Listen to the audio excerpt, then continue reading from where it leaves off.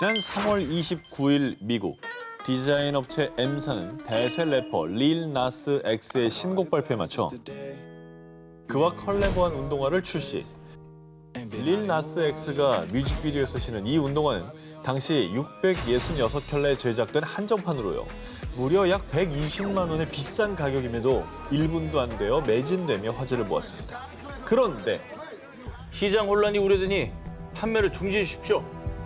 유명 스포츠 브랜드 N사 측에서 M사의 운동화를 상태로 상표권 침해 소송과 판매 금지 가처분 신청을 제기했는데요. N사가 소송을 제기한 이유, M사는 N사의 운동화를 허가도 없이 사탄 컨셉으로 커스터마이즈해서 재판매했던 겁니다. 그리고 이것도 큰 문제였지만 논란이 된 진짜 이유는 따로 있었는데요. 사진 속에 빨간색이 돋보이는 특유의 에어쿠션 보이시죠? 네. 저 빨간 에어쿠션엔 M사 직원의 실제 피 한 방울이 섞여 있었기 때문입니다. 뭔 소리야? 저 붉은 게 진짜 사람 피가 든 거예요. 왜 거기다 피를 넣어? 악마 컨셉이니까. 아니 그리고 이게 감염의 우려도 있지 않습니까? 피라면. 그렇죠. 그건 위험하죠. 아우 그 찝찝해서 저걸 씻고 다니고 싶나? 근데 동의도 없이 했다는 거 이거는 정말 잘못된 것 같습니다. 엄연히 그 브랜드의 가치를 훼손한 거 아니겠습니까? 그렇지.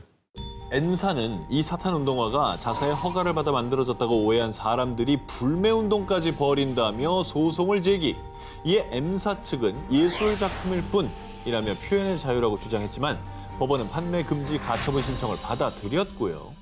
M사는 뒤늦게 사탄 운동화를 전량 회수 및 환불 조치하겠다라고 밝혔는데요. 하지만 한정판으로 제작된 사탄 운동화는 일명 프리미엄이 붙어 추후 가격이 더 오를 수 있다고 예측. 사탄 운동화를 둘러싼 논란은 계속 진행 중에 있습니다. 그런데 논란에 불을 붙인 또 한 사람, 사탄 운동화를 컬래버한 래퍼 릴 나스 X는 논란이 일자 자신의 SNS에 운동화를 비난하는 글을 공유하며 난 뉴스에 나왔다, 소송 후에 나라고 비꼬는 등 철없는 모습으로 사람들의 눈총을 받았습니다. 이게 이제 반성보다 자숙보다 그냥 조롱하는 글을 올린 거잖아요. 어떻게 보면 없어. 논란이 된 데에 대한 사과도 필요할 것 같은데. 진짜 철이 없네요. 이거 유치하고. 아. I caught it bad just today. You hit me with a call to your play. 2016년 8월 12일 아르헨티나 카타마르카주의 한 경찰서로 걸려온 전화. 경찰 양반, 제발 내 수술비 좀 찾아주시오. 전화를 건 사람은 호아킨 오베헤로 할아버지였습니다. 아니 수술비를 뭐 어떻게 잃어버린 거죠? 뭐 집에 어렵게 모아둔 돈을 누가 훔쳐갔든지. 아하. 예. 사실 오베헤로 할아버지는 서맥성 부정맥을 앓으며 언제 갑자기 심장이 멈출지 모르는 위험한 상황이었습니다. 하루라도 빨리 심박동기 삽입술을 받아야 했지만 넉넉지 않은 형편에 수술은 엄두도 내지 못하는 상황이었죠. 그러던 어느 날 어르신, 수술비에 보태세요. 할아버지의 딱한 사정을 안 이웃들이 십시일반 돈을 모아 당시 약 660만 원 상당의 수술비를 할아버지에게 전달했던 것입니다. 이웃들 진짜 좋네. 미담이네요. 네. 이후 행여나 수술비를 잃어버릴까 도둑맞을까 걱정하던 오베헤로 할아버지는요. 수술비를 비닐에 넣어 마당에 묻어뒀는데요. 은행에 가셔야지. 그럼 빨리 병원에 먼저 갖다 줘버리지. 그러니까 아 선입금. 네. 아니 뭐 은행에 넣었으면 이런 일 없었을 텐데. 그런데 바로 다음 날 돈을 확인하기 위해 마당을 파봤더니 수술비가 감쪽같이 사라져버렸던 것입니다. 이걸 또 누가 가져갔을까? 아니 마당에 돈이 마당 땅 속에 있다는 걸 누가 알죠? 누가 본 거지? 잠깐 오늘 주제가 주제인 만큼 오호. 불안합니다. 그래요. 옆집에서 본 게 아닐 수 있어. 자, 다행히 곧바로 범인을 찾긴 찾았습니다만 범인의 정체가 할아버지의 뒷목을 잡게 만들었습니다. 오베헤로 할아버지가 수술비를 도난당한 그날 밤 경찰서에 또 다른 신고 전화가 걸려왔습니다. 옆집에서 밤새 파티를 열고 있는데 시끄러워 죽겠어요. 그리고 요란한 바비큐 파티장에 도착한 경찰들의 눈앞에 펼쳐진 광경. 바로 10대 청소년들이 바비큐, 술, 마약을 즐기는 모습이었습니다. 이후에 경찰 조사 결과 파티의 주최자가 바로 오베헤로 할아버지의 승자로 밝혀진 것이었죠. 그리고 할아버지가 마당에 돈 봉투를 묻길래 그거 좀 꺼내 썼어요. 할말 하네요, 진짜. 할아버지의 목숨과 바꿀 수 있는 파티예요. 게다가 그 이웃들이 다 모아서 수술비 보태시라고 준 돈입니다. 다시 돈 모으기 전에 할아버지 돌아가시면 평생 어떻게 살려고 그러냐. 철이 없어도 너무 2018년 7월 31일 이탈리아에서 공개된 한 동영상. Mi danno la possibilità di comunicare per l'ultima volta con l'Italia. Io chiedo all'Italia di aiutarmi, che mi uccideranno se la cosa non si risolve in tempi brevi. E io chiedo di aiutarmi. 이게 보통 뭐 납치돼서 어떤 협박용으로 찍은 영상들이 많았잖아요. 그렇죠. 지금까지. 그런 게 아닐까 생각이 드는데요. 그렇습니다. 무릎 꿇고 도움을 요청하는 남성은요. 2016년 10월 터키로 여행을 간 뒤 가족들과 연락이 두절됐던 이탈리아의 사업가 알렉산드로 산드리니였는데요. 그가 실종된 지 약 1년이 지난 2017년 12월 산드리니의 가족들에게 걸려온 전화 한 통. 산드리니는 우리가 데리고 있어. 몸값 두둑하게 준비해 놓는 게 좋을 거야. 산드리니가 터키와 시리아의 접경지대에서 한 무장 세력에 납치돼 구금돼 있다는 사실이 알려졌던 겁니다. 아, 가족들이 얼마나 힘들었을까요? 미치죠. 그러니까. 예. 사람만 돌아와 다오라는 마음이었을 텐데. 이후 산드리니의 피랍 동영상이 공개되자 그를 자국으로 데려오기 위해 이탈리아 외무부가 적극 협상에 나섰고요. 정말 다행히도 2019년 5월 약 3년 반 만에 산드리니는 그리운 가족들의 품으로 돌아올 수 있었습니다. 다행이네요. 그리고 당시 주세페 콘테 이탈리아 총리는 그를 구출한 이탈리아 정보당국의 수사에 감사의 뜻을 표하기도 했는데요. 그런데 말입니다. 이 사건엔 어마어마한 반전이 숨어 있었습니다. 뭐야? 지난 4월 이탈리아에서 전해진 충격 소식. 납치 자작극 꿈이다 실제 인질이 된 산드리니. 뭐라고? 자작극을 하다가 인질이 된 건 무슨 말이야? 이탈리아의 대테러 수사기관에 따르면 2016년 산드리니는요. 납치당한 척하다가 이탈리아 정부한테 몸값 받으면은 5대5로 오케이? 3인조 갱단과 셀프 납치극을 작당했던 겁니다. 게다가 갱단이 정부와 협상할 동안 산드리니는 한 빌라에서 편안하게 지내기로 입을 맞춰놓은 상황이었죠. 입이 많이 그래가지고. 아유, 생각이 짧다. 정말 돌머리다 돌머리야. 그러나 그의 단꿈은 금방 산산조각 나고 말았습니다. 3인조 갱단이 산드리니를 데려간 곳은 편안한 빌라가 아니라 터키와 시리아의 국경 지역에 위치한 시리아 한 무장단체의 근거지. 그러면 걔네들 총 들고 있는 애들이 우리가 우리가 왜 오를 먹고 우리가 있어요? 왜 5밖에 못 먹지? 이럴 수 있는 거거든. 일은 우리가 하는데 왜 얘한테 오를 주냐? 일도 아까운데 이럴 수 있어. 그들은 산드리니를 배신하고 실제 무장단체에 그를 팔아넘겼던 겁니다. 와. 아니 왜냐면 상황은 만들어졌잖아. 자기가 만들어놨잖아. 그러니까 자기가 데리고 있을 이유가 없지. 팔아넘기는 게 낫지. 이후 연기가 아닌 실제 인질이 된 그는 9제곱미터의 비좁은 방에 갇힌 채 약 3년이라는 시간을 보냈다고 합니다. 얼마나 후회했을까. 개인을 넘어서서 이건 사회 전체에 엄청난 피해를 준 겁니다. 가족들 속 탄 거는 왜 생각을 안 할까? 그러니까 아휴, 이게 뭐 스스로 한 일이라서 참 자업자득이라고밖에 할 수 없네요. 그러니까. 돈 때문에 셀프 납치극을 벌인 남성의 최후. 과거 자신의 철없는 행동이 얼마나 많은 사람들에게 피해를 줬는지 깨닫고 제대로 반성하길 바랍니다. 지난해부터 코로나19가 전 세계를 위협하는 가운데 베트남 당국은 감염자 격리, 광범위한 접촉 경로 추적, 그리고 엄격한 이동 통제 조치 등을 시행. 그 결과 방역 모범국으로 손꼽히며 코로나19에 성공적으로 대처했다는 평을 받았습니다. 그런데 지난해 9월부터 11월까지 지역 감염 발생자가 없던 베트남 호치민시에서 3개월 만에 코로나19 확진자가 발생. 대대적인 전수조사에 나선 결과 무려 2,200여 명이 자가격리 대상자가 됐습니다. 이로 인해 학교와 상점들은 줄줄이 문을 닫을 수밖에 없었고요. 호치민시는 대혼란에 빠졌습니다. 아니 2,200명이 웬 말이에요 갑자기?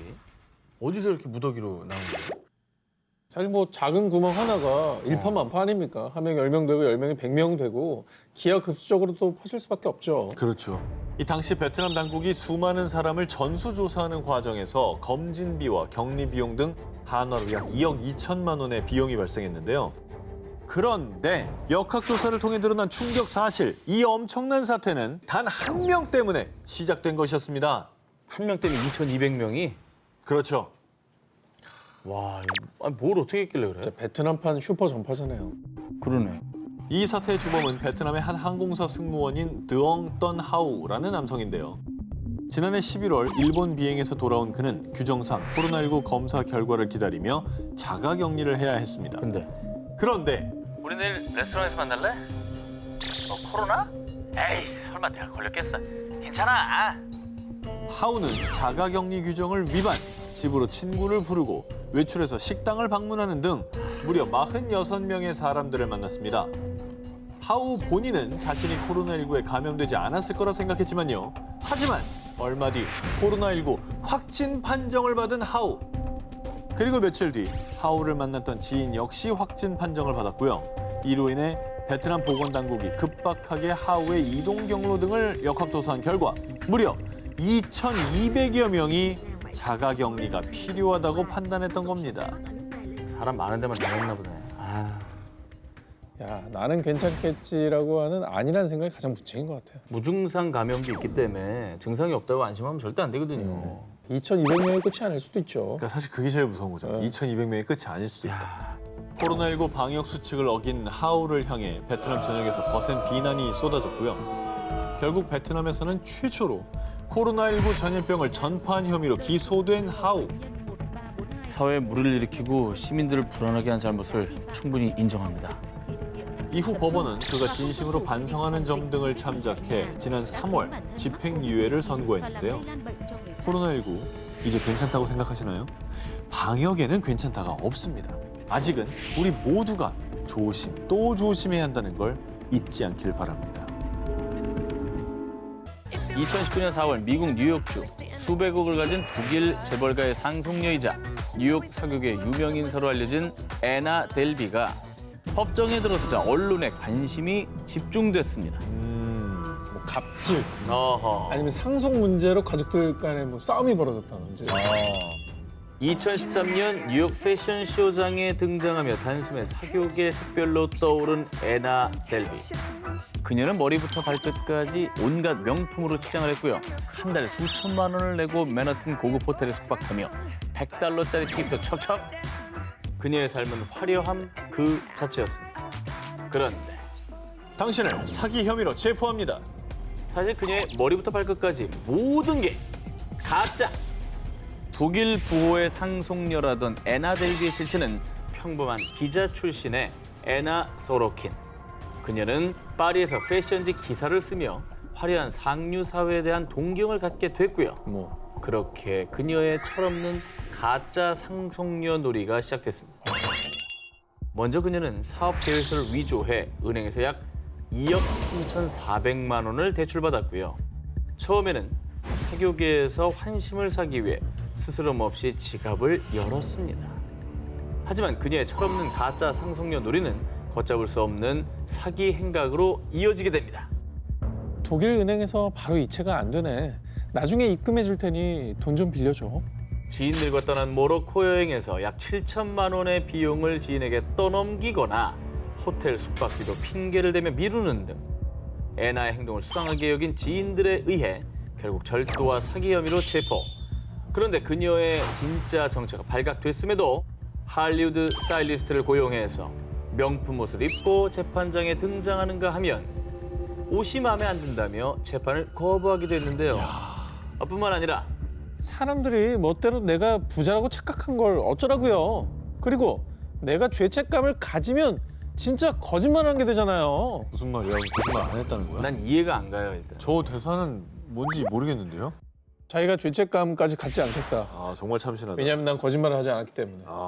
2019년 최대 12년형의 징역을 선고받은 애나는 올해 2월 가석방으로 출소. 그리고 그녀의 이야기가 영화로 제작된다는 소식에 또 한 번 화제의 중심에 섰습니다.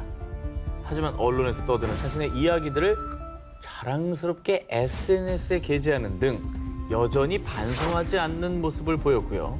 미국 이민당국은 러시아계 독일인인 그녀의 체류 기간이 지났다며 다시 교도소에 구금. 여전히 트러블 메이커로 악명을 떨치고 있습니다. 상류 사회의 삶을 동경해 거짓으로 만든 세상에 갇힌 그녀. 가짜로 만든 성은 무너지기 마련임을 깨닫고요. 진짜 자신의 삶을 찾아보기 바랍니다. 자, 이번 특종은요, 영상으로 먼저 확인해 보시겠습니다. 2019년 10월 미국 캘리포니아주의 길거리에 상하이 모두 검은 옷차림에 검은 복면을 쓴 은행 강도들이 나타났습니다. 강도가 CCTV에 찍힌 건가요?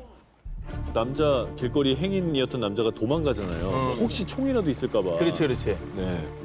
건물에서 급히 뛰쳐나온 이들은 훔친 돈이 가득 든 것으로 추정되는 큰 가방을 들고 택시에 탑승했는데요. 차를 대놓기로 한 일당이 우리를 배신했단 말이야. 빨리 움직이지 못해! 때마침 현장을 목격한 시민이 은행 강도가 택시 운전사를 위협하고 있다며 즉시 경찰에 신고했습니다. 잘했다. 자, 그리고 머지않아 무장 경찰들이 출동. 은행 강도들은 현장에서 체포됐습니다. 그 일당 중에 잘했네. 배신한 사람이 있나 보다. 잘 됐네. 체포가 그래도 빨랐네요. 다른 사람들이 뭐 다치거나 하기 전에. 그러니까. 네. 그런데 말입니다. 저희는 그냥 장난 영상을 찍으려고 은행 강도 분장을 했을 뿐이라고요. 이들의 정체는 약 680만 구독자를 보유한 너튜버 앨런 스톡스와 알렉스 스톡스 쌍둥이 형제였습니다. 스톡스 형제는 너튜브 조회수를 올리기 위해 자극적인 컨텐츠가 필요하다고 판단, 단순 재미로 은행 강도로 위장해서요. 일부러 빠르게 뛰어다니며 사람들의 관심을 끌고 택시 운전사를 협박하는 등 연기를 했던 겁니다. 그리고 이 모든 과정은 너튜브 영상에 고스란히 담겨 있었죠. 구독자 수가 680만이라고 그랬죠. 네. 그러니까 이제는 부담을 느낀 거야. 이젠 계속 자극인 거예요. 더 재밌는 걸 만들어야 되니까. 단순 재미를 위해 강도 분장을 했다는 이들의 자초지종을 들은 경찰은 처음 저지른 지심을 감안해 경고 처분만 내리고 풀어줬습니다. 진짜? 그런데 말입니다. 이들을 풀어준 지 몇 시간이 채 지나지 않아 인근의 한 대학교에서 강도가 나타났다는 신고가 다시 접수됐습니다. 대단하다. 그런데 다급히 출동한 경찰은 현장을 보고 분노할 수밖에 없었는데요. 뭐야? 또 니네 짓이야? 현장에서 똑같이 은행 강도 분장을 한 채 지나가던 행인들을 놀래키고 있는 쌍둥이 형제를 발견한 겁니다. 아유, 저거 정말. 아니 한번 봐줬으면 정말 아우 감사합니다 하고 지금 반성을 해야지 어떻게. 집에 가야지. 똑같은 컨셉을 또 하니. 이게 봐주는 거에 양날의 칼인 건데 이 경우엔 나쁘게 작용한 거죠. 거봐, 괜찮잖아, 이 정도는 또 하자 이렇게 된 거예요. 공권력 낭비된 거잖아. 또 그렇죠. 위험했던 거고. 그렇죠. 결국 쌍둥이 형제는 폭행, 위협, 사기를 통한 불법 감금 등의 혐의로 기소됐고요. 해당 사건의 담당 검사는 스톡스 형제가 벌인 일이 사람이 심각하게 다치거나 죽을 수도 있는 심각한 범죄였다라고 강하게 비판했는데요. 스톡스 형제는 결국 범죄 행위를 모방하는 영상을 더 이상 제작하지 않겠다는 약속하에 벌금형과 사회봉사 160시간, 1년간 보호관찰 처분 명령을 받았다고 합니다.